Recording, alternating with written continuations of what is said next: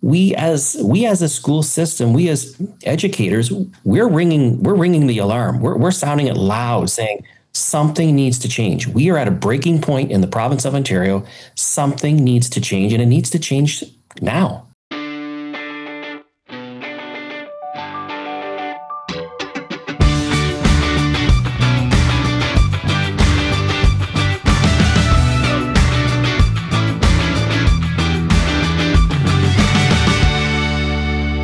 Welcome back to Closer Look across the Village Media Network and, of course, wherever you get your favorite podcasts. I'm Scott Sexsmith with Michael Friscoletti. That was like a Don Cherry thumbs up. See that? I know. Our editor-in-chief here at Village Media. CloserLookPodcast.ca is the website. It looks great, brand new. Plus, you can sign up, and we will send you episodes every night. And it's real. It's real. 100% authentic. We were just talking about that. There is no AI involved in the production of this show. No. As awful as we might sound, we are real. Well, AI would be far more Yeah, polished. that's the thing. AI would be you could tell that we're deeply flawed, so we know that that's accurate. And the newsletter you get will be real too. It'll actually be written by a human. Yeah. And the show will be you recorded by humans, produced by humans on the other side. Yep. It's I've become obsessed with this. I know. Every day you've got to comment stop. about it. It's outrageous. It is outrageous. The fact that we have to remind people that it's real. And, speaking of AI, it's becoming so predominant now in schools. Mm-hmm. And, of course, schools recently back in session. Yes. Kids back in the hallowed halls of learning. Yes. I often think back to the Staples commercial. Remember the most wonderful time of the year? We used to joke with the kids about that all the time. I know. It was great. And even though I didn't see it this year. I didn't either. Maybe I'm not watching enough time. Well, kids are older, just right? watching AI reels on my phone all day, and I'm not seeing anything going on. It's schools. We're going to talk about schools today. Yeah, but sadly, it's not funny what we're going to talk about. Yeah, and I think it's all part of it. The social media. We've talked on the show before about no question about cell phone use among young people and the social media giants that are being sued by school boards for millions of dollars because of the impact they've had on schools. And basically, the allegations in these lawsuits are that they've caused complete chaos in school. The kids are just staring at their phones. They're on Snapchat. They're on TikTok. They're doing whatever. Now you have this other element where new reports are starting to show that the level of violence in Ontario schools is through the roof. Yes. New numbers obtained released under Freedom of Information by the provincial government, new study by the University of Ottawa, even research by the unions that represent education workers, all showing that violent incidents numbers are staggering. I mean, I really don't know. I think being a teacher or an EA or any worker in the school system right now is completely different than it was 30 years ago. It's not even 30 years ago. You still had control of what's going on in your classroom. There's no. I mean, I think it's good that we hide down in this basement, and maybe we should just let the AI robots take over. And that cell phone ban in schools, how's that working out? It's working out great. That's great. Working out great. Speaking of thumbs up. Yeah, thumbs up, yeah. So we're going to talk violence in schools today with two people who know the subject very well. We are Joe Tagani, who's the president of the Ontario School Board Council of Unions, and Darby Mallory, who co-authored a U of Ottawa report titled Running on Fumes, Violence, Austerity, and Institutional Neglect in Ontario Schools. It's going to be quite the discussion. Yeah, welcome back to class. It's that time of year again that kids across the province are settling back into school after the summer break. But for the people who work in our classrooms, the job has become more challenging than ever. Various reports have revealed a major spike in violent incidents across Ontario schools. What's driving the huge increase, and what can be done about it? Tonight on the show, we're joined by Joe Tagani, the president of the Ontario School Board Council of Unions, which, by the way, speaks for about 57,000 CUPE education workers across the province, including EAs, custodians, early childhood educators. And Darby Mallory is here, the co-author of a University of Ottawa report titled Running on Fumes, Violence, Austerity, and Institutional Neglect in Ontario Schools. Thanks to both of you for being here. Joe, I'd like to start with you first. Last month, Global News used a Freedom of Information legislation to uncover an alarming statistic. The number of violent incidents reported by school boards to the Ministry of Education has risen by 77% since Doug Ford took office. with more than 4,400 incidents reported in the 2023-24 school year alone. What's your reaction to those numbers? Well, I'm not surprised. I'm not surprised in the least. The interesting and the most alarming is the 75%, because that number, I think, can really be extrapolated across the province. The reported number of 4,400 or 4,400 and some odd number is actually low. That's a number that they used through that freedom of information around specific types of violent incidents that are reporting. Because when you drill down and take the number of school days divided by the number of boards, although that number sounds high, that's actually not really very high. The alarming piece is the rise, which probably can be connected across all school boards and all types of violence. So I'm not surprised in the least. We've seen that over the last several years where there just has been a consistent increase of violent incidents. It's alarming. It's concerning. I'm not at all surprised by that number. Like I said, the 75% is what's really eye-opening and should be very alarming to people in Ontario. Darby, let's bring you into the conversation. You were the lead author on a recent University of Ottawa research report that nearly 6,000 education sector workers in the province, when it comes to violence, what did those workers tell you specifically? Yeah, absolutely. So this research is coming out of a national survey that we did in the fall a couple of years ago. And what I think is most striking and what we all need to take note of is, like Joe said, that this is a pervasive issue. Something like 4,400 unique instances of violence being reported is a low number. On average, our respondents had reported 22 and a half unique instances of violence from students, administrators, colleagues, and parents during a single school year. Wow. And, over 80% of respondents had, in fact, experienced at least one unique instance. So talking about the vast majority of people experiencing, witnessing, and being around violence in schools. Can you give us some examples, Darby? What kind of violence are we talking about? Yeah, absolutely. In terms of student-initiated acts, attempts, and threats of physical force, we're talking about a huge range of behaviors. Things like water bottles being thrown across a classroom towards an education sector worker, people being bitten, hit, kicked, slapped. We're also seeing things like, physical acts that are threatening in nature. So people being, shown behaviors that would insinuate harm being attempted. In terms of other things, we're seeing a lot of swearing, a lot of pervasive and discriminatory language being used, overt and covert racism being deployed by students in the classroom against different types of education sector workers, and lots of different behaviors that are known to be discriminatory in nature. Joe, what's driving all this violence? Well, it's ironic listening to what Darby just said and going back to your initial question. That's the type of data that's not being reported in that number of 4,400, right? As alarming as that information was in that number, all of those pieces that she alluded to would make that number astronomical. And boards have that data. That's just not something that they're reporting the same way, by the way, which Global got that information. So what's contributing to this? A lot of things. I think we have a Ford government who has not kept up with the funding required to support students in Ontario. They may say they've had record investment. They can say that, till they're blue in the face. The reality is, in schools, we're not in a better place than we were 7 years ago when this government took power.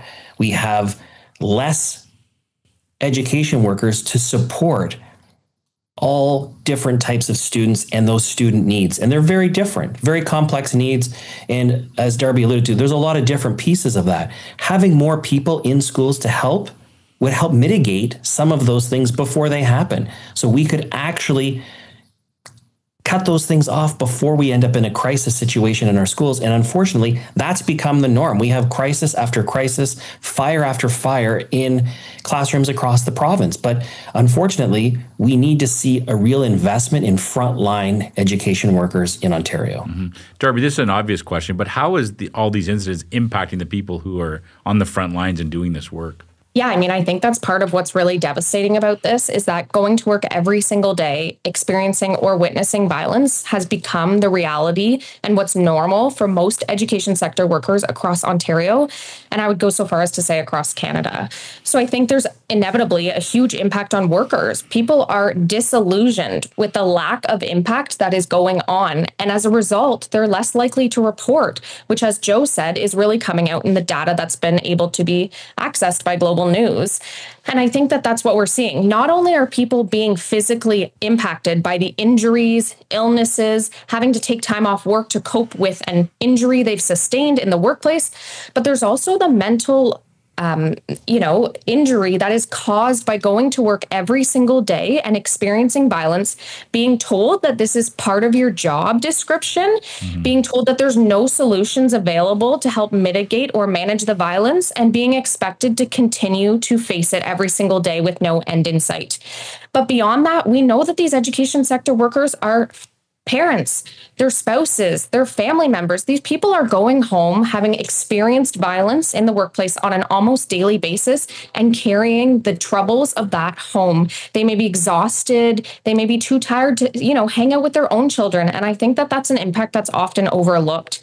And on top of that, we know that nobody learns in a classroom that's full of violence. Other students who are witnessing violence, who are being told that violence against primarily women education sector workers is normal, that's super problematic and something that we should all be paying more attention to. Darby, I'll stay with you on that point. As things get worse, it's almost like there's a sense that it's becoming normalized, as in, well, it's just a part of the job now. Your comment on that?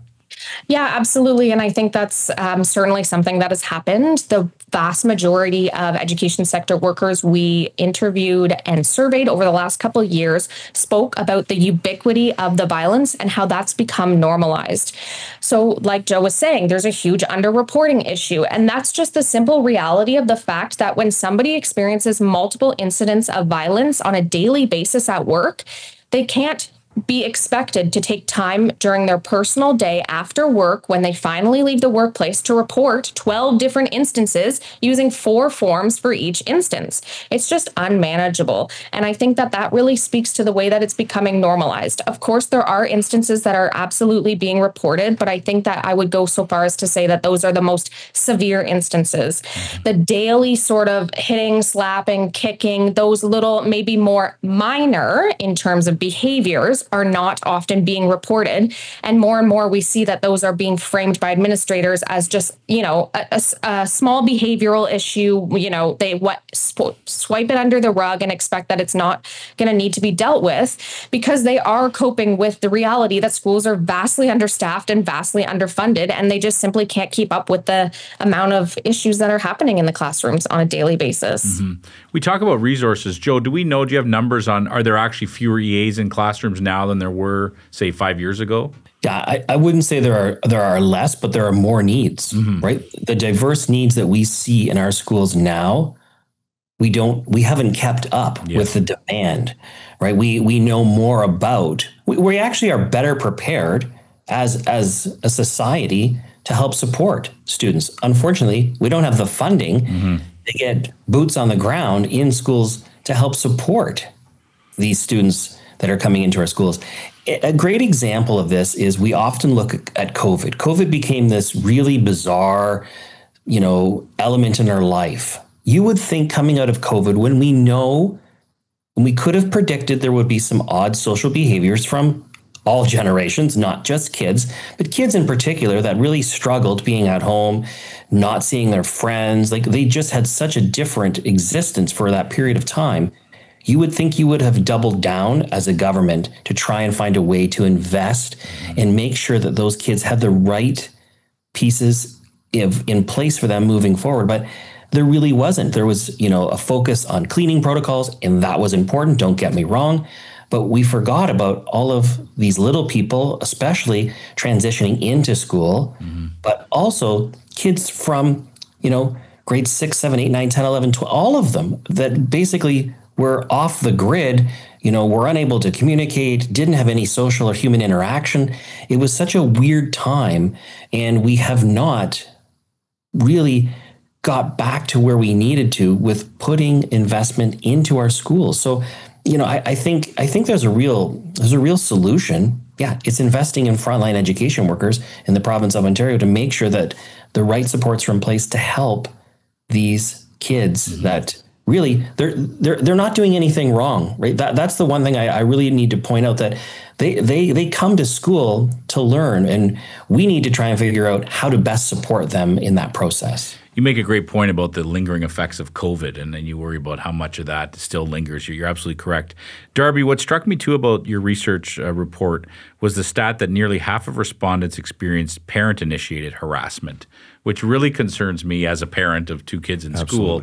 What's driving that? And I mean, that's just that half of workers would have that interaction. That's scary. Yeah, and it's absolutely something that appears to be new in our data. We've always asked about parents, other workers, and administrators just to gauge sort of the entirety of the situation.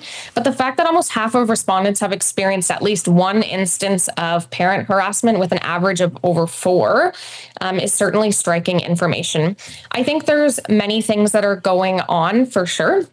I think that we have seen a public rhetoric over the last 10 to 20 years that has truly villainized education sector workers as having it all. And as a result, parents have been, coaxed by this sort of political rhetoric to think that these people are there to serve them. And I think that there's a real disconnect between the old days where parents worked with education sector workers and knew that these people have the best intentions. They're there to help their children, everyone's children, learn, grow, and achieve all of their dreams. And I think that this sort of idea that education sector workers don't have the best intentions has been used by political people to try to help mitigate some of the professionalization of workers. We've also seen, rhetoric, very anti-union rhetoric over the last 10 to 5 years. We see the ways that this whole, delegitimization of professionals has become so pervasive, and this idea that we can't trust professionals is really becoming clear in schools. On the other hand, I also think that parents are frustrated. I think that there are lots of parents who go into schools every day to drop their kids off and see that their kids are not getting the support that they need. And I do think that is absolutely legitimate, but it doesn't, of course, legitimize the way that they're taking that frustration out on education sector workers themselves. So I think there's sort of 2 parts. There's, a complicated mix of things, but I think we need to help refocus the agenda and say, we're all working on the same page. We all need to be mobilizing with unions to help try to get more funding in schools, more staff in schools, and more resources for all students who need them. Joe, this may be the most obvious of questions, but how does all of this impact student learning and well-being?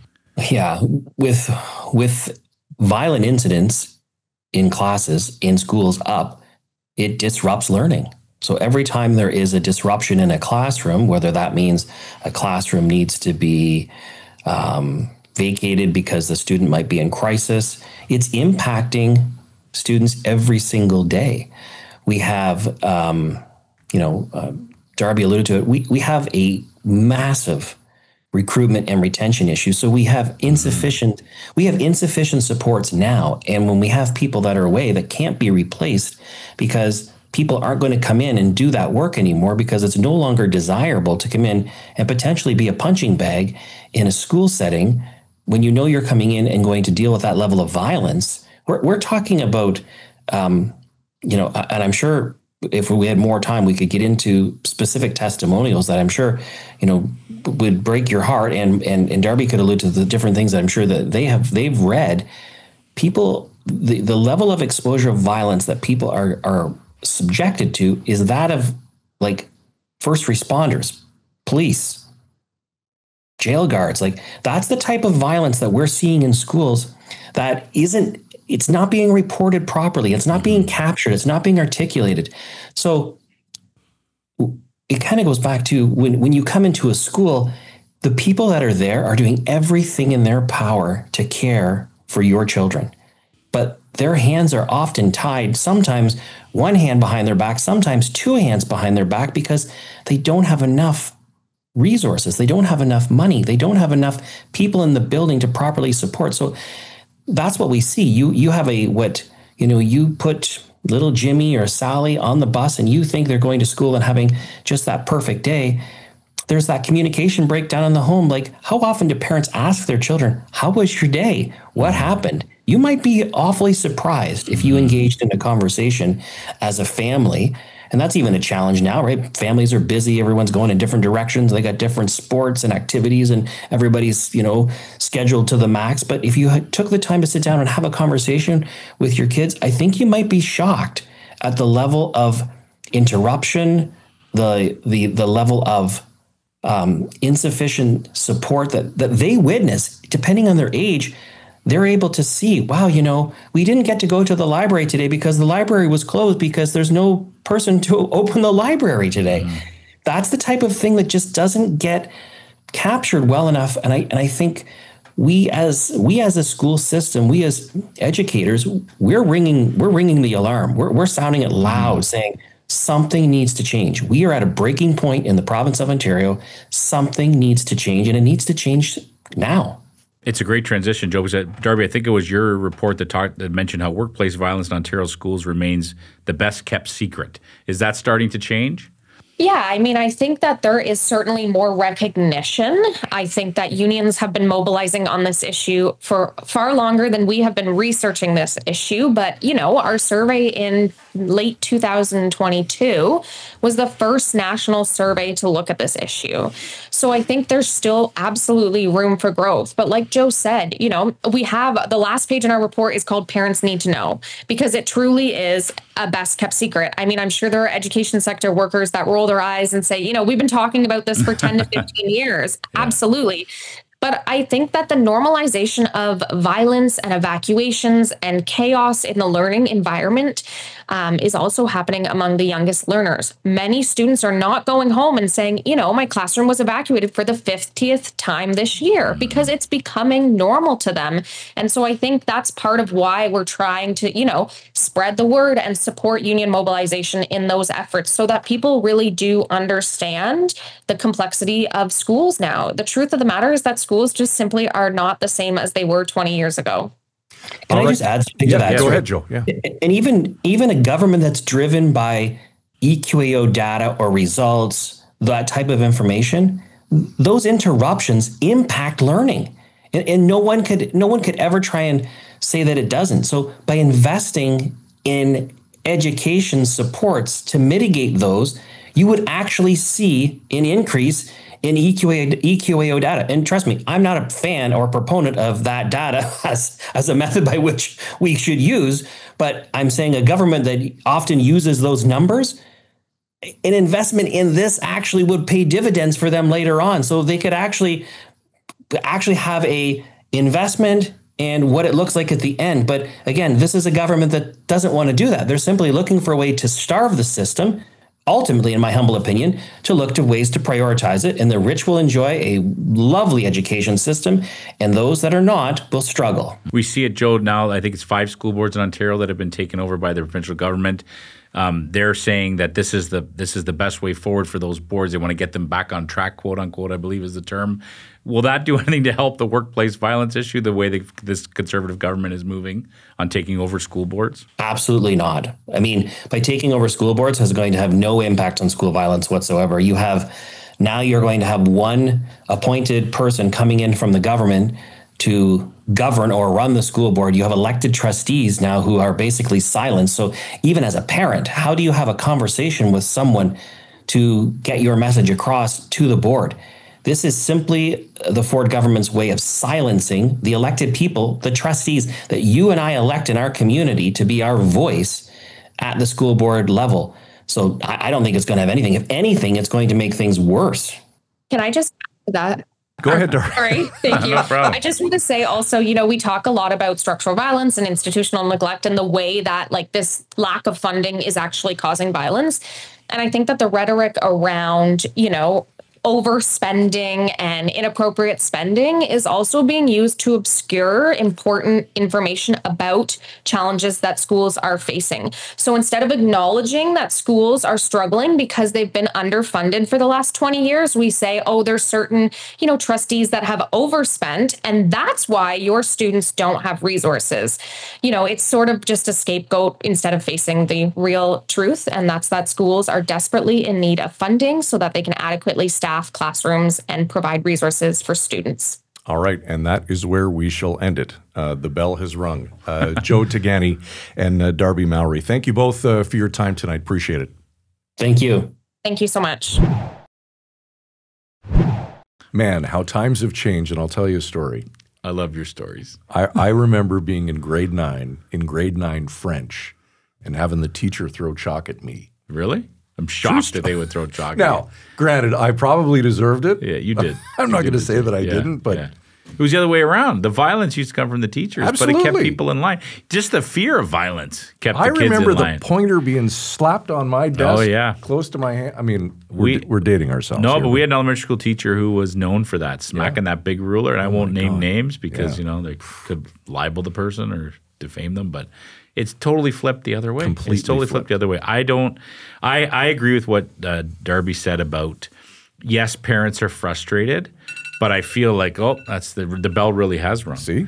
Class dismissed. Parents really are frustrated, but at the same time, it's not appropriate that 50% of education workers are saying they're being harassed by parents in that way or feeling that they're under threat. That's not the way to handle things. We need to kind of be on the same team. But I would say that I've always respected – we all have friends and family that are teachers or EAs or ECs, and it is a very, very difficult job. I would last 4 minutes in a classroom. I would fail miserably as a teacher. That's about 3.5 minutes longer than I could do. So you know what? Let's hope there's a better year ahead in terms of the violence going on in Ontario And schools. those 30 seconds would include a washroom break for me. True story. And Couldn't do it. And chalk would be in the story. It would be. Friday on the show, U.S. Ambassador to Canada, Pete Hoekstra. I know I sound like a broken record to steal your line, but he's the closest thing we're going to get to Donald Trump, and we're going to have a great discussion. Yeah, so far, we're still going to get Trump. But, of course we will. But that's a great start. That'll be a tremendous discussion. Yes. The most tremendous discussion ever had. No violence. None. Maybe the odd piece of chalk. All right, closerlookpodcast.ca is our website. Go to it, bookmark it, and make sure that you sign up to have the newsletter sent to you each and every day with brand new episodes of Closer Look. Let's do it. And you can follow and subscribe on YouTube at Closer Look Podcast. For Michael Friscoletti, Editor-in-Chief here at Village Media, I'm Scott Sexsmith. Thanks for watching. Enjoy what's left of your evening. We'll see you tomorrow night at 7 right here on Closer Look. Frisco and Scott's Wardrobe provided in part by Moores, Sault Ste. Marie.